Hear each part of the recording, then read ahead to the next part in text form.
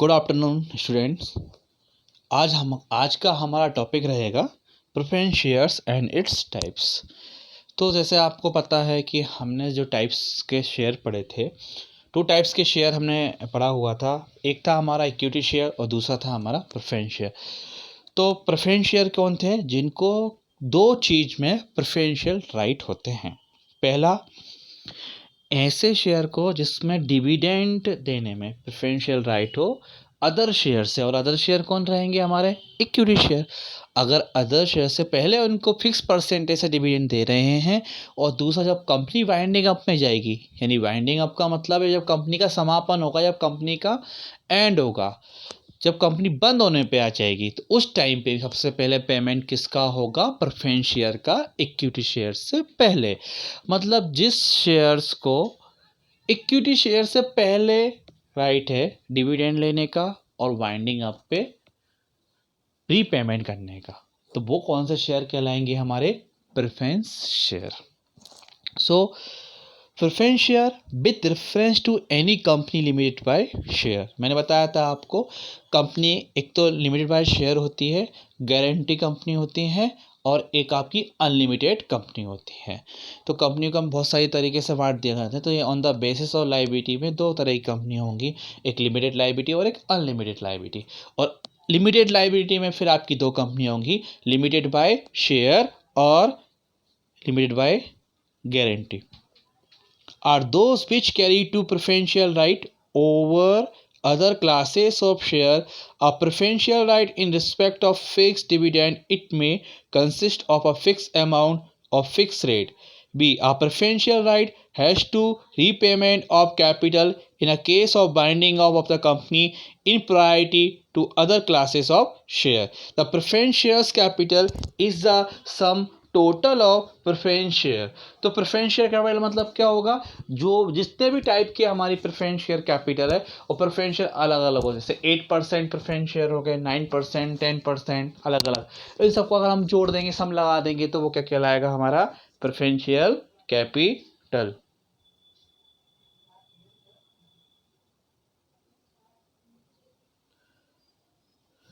Now types of preference share. सबसे पहला है आपका क्यूमुलेटिव प्रेफरेंस शेयर। अब क्यूमुलेटिव प्रेफरेंस शेयर क्या होते हैं? अब हमने बताया कि भैया डिविडेंड को फिक्स परसेंटेज से, प्रेफरेंस शेयर को फिक्स परसेंट से हमें डिविडेंड देना होता है। अब ज़रूरी नहीं कि हर साल कंपनी को प्रॉफिट हो। सपोज कंपनी को प्रॉफिट नहीं हुआ, कंपनी लॉस में चल रही है, फिर भी हमें प्रेफरेंस शेयर को डिविडेंड तो देना होगा। तो अब प्रॉफिट नहीं है तो हम डिविडेंड भी नहीं दे सकते। तो क्या करते हैं, हम इनके डिविडेंड को इकट्ठा करके रख देते हैं। जब हमें कंपनी में प्रॉफिट होगा तो हम इनका डिविडेंड एक साथ चुका देंगे, जब तक का हमने इनको नहीं दिया। तो ये होगा हमारा cumulative preference share. A cumulative preference share has a right to claim the fixed dividend of the current year out of future profit. जो फ्यूचर में प्रॉफिट होगा उसको, जो करेंट ईयर का जो डिविडेंड है उसको हम एडजस्ट कर देंगे। The dividend in this shares accumulated unless paid, the accumulated arrears of dividend are to be paid before anything is paid out of profit to the holder of any other classes of share. सबको भाई अगर फिर भी जैसे नहीं हुआ, company को loss, तो हम इनका डिविडेंड को इकट्ठा करके रख लेंगे। फ्यूचर में प्रॉफिट होगा तो इनको देंगे।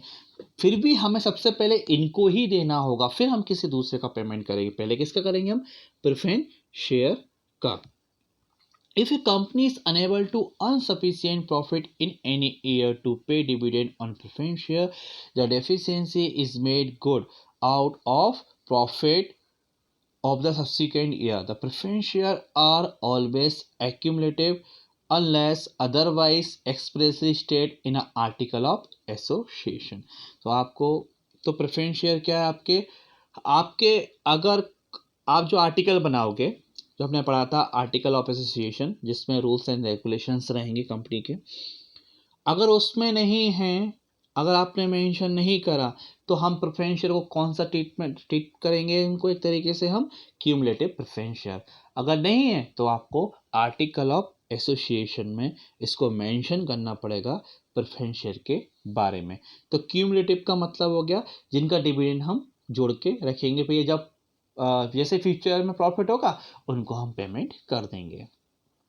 दूसरा है नॉन क्यूमुलेटिव प्रेफरेंस शेयर, मतलब डिविडेंड अगर उस साल डिविडेंड नहीं दे पाए, प्रॉफिट नहीं हुआ तो डिविडेंड नहीं दिया, तो फिर हमको उनका डिविडेंड को इकट्ठा करने की ज़रूरत नहीं है।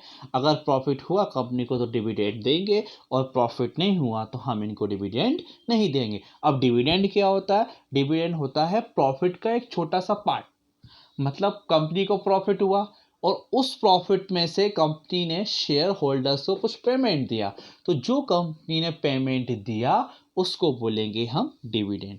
तो dividend on non cumulative preference share are can be paid only out of the profit of that every year.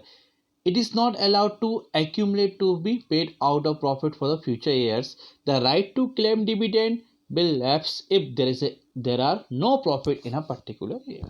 तो भैया किसी पर्टिकुलर शेयर्स में प्रॉफिट ही नहीं हुआ तो डिविडेंड नहीं देंगे, प्रॉफिट हुआ तो डिविडेंड देंगे, सिंपल सा बात है। इसको क्या बोलेंगे हम? Non cumulative preference share. Third types रहेगा हमारा पार्टिसिपेटिंग प्रेफरेंस शेयर। अब पार्टिसिपेटिंग प्रेफरेंस शेयर कौन से होते हैं? जो पार्टिसिपेट करें, ये किस में पार्टिसिपेट करेंगे? वो प्रॉफिट में। कैसे पार्टिसिपेट करेंगे? वो ये बोलेंगे कि भैया आपने हमको डिविडेंड दे दिया, ठीक है, आपने इक्विटी शेयर को डिविडेंड दे दिया, मैं बोला ठीक है, इक्विटी शेयर को डिविडेंड देने के बाद भी कुछ बचता है तो फिर हमको भी उसमें से कुछ प्रॉफिट दो, तो उनको बोलेंगे हम पार्टिसिपेटिंग प्रेफरेंस शेयर। मतलब प्रॉफिट में से भी पहले प्रॉफिट दे दिया, फिर हमने इक्विटी शेयर को प्रॉफिट दे दिया, फिर भी कुछ बच रहा है तो उसमें भी वो प्रॉफिट मांग रहे हैं, ठीक है। Beside a fix rate of dividend the holder of this share are also entitled to participate with the equity shareholder in the surplus profit which remain after paying dividend to equity shareholders up to a certain limit. They may also be entitled to get a share in a surplus assets of the company on its winding up unless expressly provided in the articles. Preference shares shall be presumed to be a non-participating preference share. Further, right to participate in the surplus profit does not automatically entitle them to participate in the surplus assets also at the time of the winding of the company. ये बहुत important चीज़ है।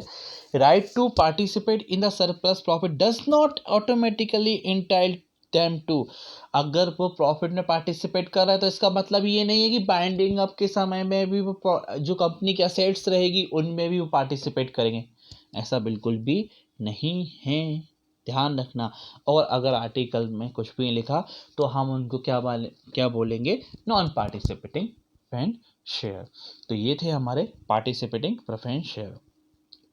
अब non participating preference share मतलब कि जो profit में participate नहीं करेंगे उनको बोलेंगे नॉन पार्टिसिपेट प्रेफरेंस शेयर। जिनका उनका जितना हिस्सा है इसके बाद वो लेके चले आएंगे, वो ये नहीं बोलेंगे कि भैया हम आपका हिस्सा दे दिया, इसके बाद इसको भी आपको हिस्सा दे दिया, अभी फिर भी बच रहा था उसमें भी हमें कुछ दो, ऐसा वो नहीं बोलेंगे, क्योंकि वो कौन है? नॉन पार्टिसिपेटिंग प्रेफरेंस शेयर, ठीक है। देखते हैं।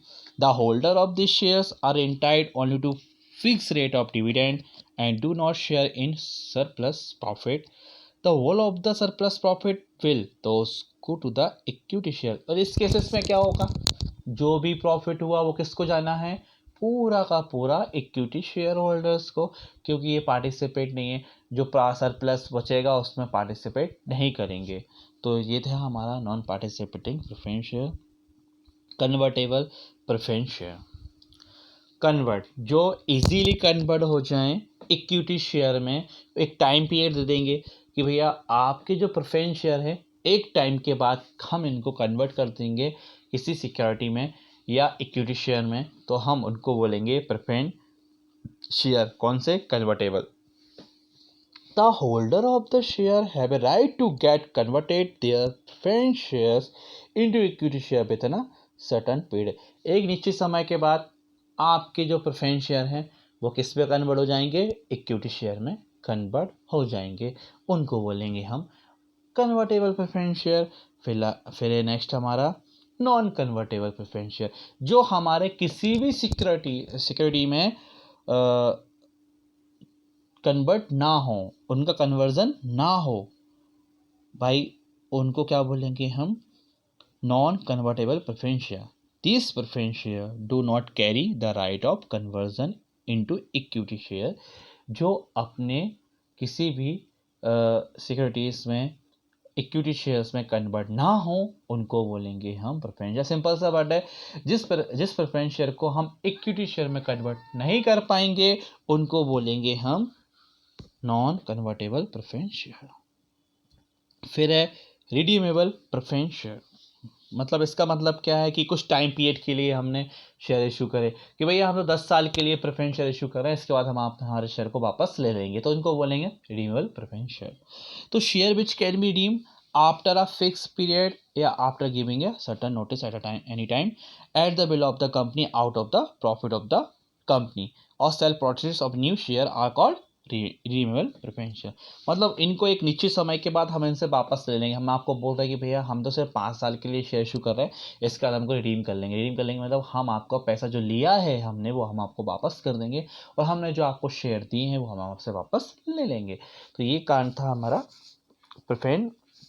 रिडीमेबल प्रेफरेंस शेयर का, जिसको रिडीम करना, एक फिक्स पीरियड के बाद रिडीम करना, यानी कि उनको उनका पैसा वापस कर देना, और उनका जो रजिस्ट्रेशन है शेयर का उसको ख़त्म कर देना। फिर वो उस कंपनी के फिर वो क्या नहीं रहेंगे, मेंबर नहीं रहेंगे। ठीक है, ये था हमारा रिडीमेबल प्रेफरेंस शेयर्स। लास्ट है हमारा इरिडीमेबल प्रेफरेंस शेयर। तो irredeemable preference share just opposite redeemable के, कि भैया जिसको कभी भी रिडीम ना किया जाए, पर ऐसा होता नहीं है। देखते हैं, there are the nature of the permanent and perpetual liabilities which can not be redeemed during the life time of the company according to the company's amendments act 1988. No company can now issue any preference share which are irredeemable or are redeemable after 20 years from the date of the issue। मतलब कितने साल तक के लिए आप उनको issue कर सकते हैं, ज़्यादा से ज़्यादा 20 साल के लिए। ऐसे कोई भी कंपनी इशू नहीं कर सकती जो कौन सा टाइप की हो, इरिडेमेबल। ऐसा कभी भी नहीं हो। कोई भी कंपनी अगर इशू कर सकती है तो कितना, सिर्फ 20 साल के अंदर, उसको 20 साल के बाद उसको पैसा लेना है। 20 साल से ज़्यादा के लिए कोई भी कंपनी इस टाइप के शेयर्स को इशू नहीं कर सकती। तो आज का डिस्कशन था हमारा किसके ऊपर था, प्रेफरेंस शेयर के ऊपर और उसके टाइप्स के ऊपर। तो हमने प्रेफरेंस शेयर्स पढ़ा, इसको हम पहले से ही पता है हमें कि प्रेफरेंस शेयर क्या होता है। इसका तो हमें टाइम्स उसके जो नेचर्स जो भी उसका टाइप से, पहला था हमारा क्यूमुलेटिव, फिर non cumulative, participating, non participating, convertible, non convertible, redeemable और अनरिडीमेबल, इरिडीमेबल। इस तरह से हमारा इसको हम रिडीम नहीं करें, इरिडीमेबल, उनको हम क्या बोलेंगे, प्रेफरेंस शेयर। तो ये था आज का हमारा प्रेफरेंस शेयर और उसके types. Thank you and happy study.